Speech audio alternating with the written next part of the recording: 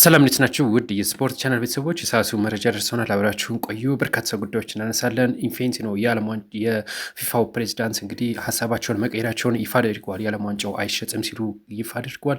እንደዚሁም ደግሞ ስለ ቪኒሺየስ ጁኒየር የምንመለከተው ጉዳይ ይኖራል። እንደዚሁም የዓለም ዋንጫውን እየሸጠው ተጫዋችም መነጋገሪያ ሆኗል። ዋንጫው የራሴ ነው ሲል ሀሳቡን ሰጥቷል። በርካታ የዝውውር መረጃዎች ደርሰውናል። አብራችሁን ቆዩ። ሰብስክራይብ ያደረጋችሁ ወደ መረጃዎቹ እንሂድ። ከሰሞኑ እንግዲህ ከፍተኛ መነጋገሪያ ስለነበረው ስለ የፊፋ የዓለም ዋንጫን በተመለከተ በርካቶች ሀሳባቸውን ሲሰጡ ነበር። ከዚህ ጋር በተገናኘ ግን አሁን የፊፋው ፕሬዚዳንት ሀሳባቸውን መቀየራቸው ታውቋል። ፊፋ የዓለም ዋንጫውን የተወሰነ ድርሻ ለግል ባለሀብቶች ለማዛወር አቅዶት የነበረውን እንግዲህ ሙሉ ለሙሉ መሰረዙን ይፋ አድርጓል ማለት ነው። ከዚህ ጋር በተገናኘ እንግዲህ ዶናልድ ትራምፕም አስቀድመው እኔ ከዚህ ንጹህ ነኝ፣ ከፊፋው ፕሬዚዳንት ጋር ምንም አይነት ይሸጥ ወይም ደግሞ አይሸጥ የሚል ሀሳብ አላወራንም ሲሉ ሀሳባቸው መግለጻቸው ይታወቃል። የአሜሪካው ፕሬዚዳንት ዶናልድ ትራምፕ ስለ ፊፋ ውሳኔ በተመለከተ ሀሳባቸውን ከሰጡ በኋላ ከሰዓታት በኋላ የፊፋውን ፕሬዚዳንት እንግዲህ ሀሳቤን ቀይራለሁ አይሸጥም ሲሉ ሀሳባቸውን ገልጸዋል ማለት ነው። ሌላው ብዙዎችን የሚያነጋግረው ዋንጫው የራሴ ነው ያፈለግኩትን አድርገዋለሁ ሲል ቤንጃሚን ሜንዲ ሀሳቡን ሰጥቷል። የፈረንሳዊ ተጫዋች ቤንጃሚን ሜንዲ በ2018 ያሸንፈውን የዓለም ዋንጫ ቅጂ በጨረታ ሸጧል። ቤንጃሚን ሜንዲ ዋንጫውን ከሸጠ በኋላ ከፍተኛ ተቃውሞና ትችት ደርሶበታል። በዚህ ምክንያትም አስተያየት የሰጠው ሜንዲ በነገራችን ላይ ዋንጫው የእኔ የራሴ ነው እናንተ አይደለም ብሏቸዋል የተባለው ዋንጫው የፈለግኩትን አድርጓለሁ ያለው ሜንዲ በተጨማሪም በቁም ሳጥኔ ውስጥም ብዙ ቦታ ይዞብኝ ነበር ሲል ተደምጧል የተባለው።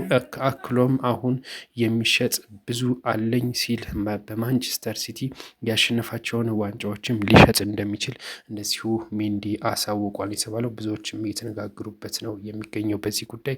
ሌላኛው ከቪኒሺየስ ጁኒየር ጋር በተገናኘ እንግዲህ አዳዲስ መረጃዎች እየወጡ ነው የሚገኙት።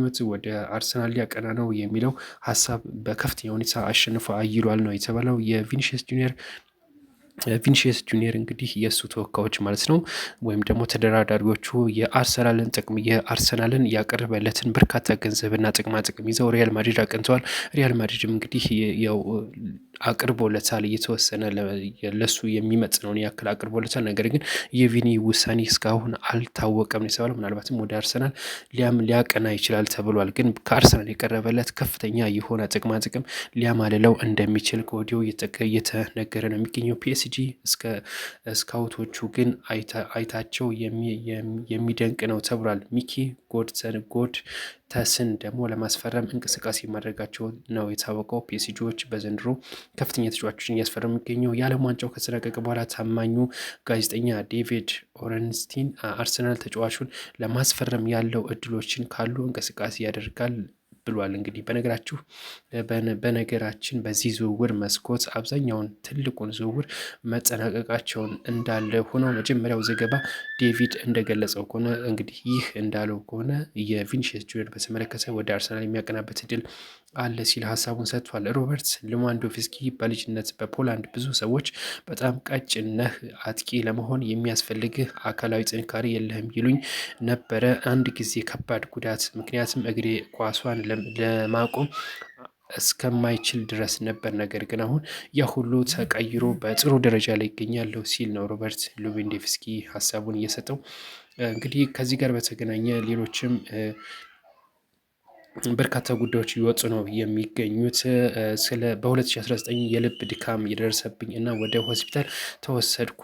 በማግስቱም የማላቀው ቁጥር ደወለልኝ። ስልኩን ሳነሳው በሌላ በኩል ሊዮኔል ሜሲ ነበረ። እሱም ይሄ ኢከር ቁጥርህ ስላልነበረኝ ከፔፕ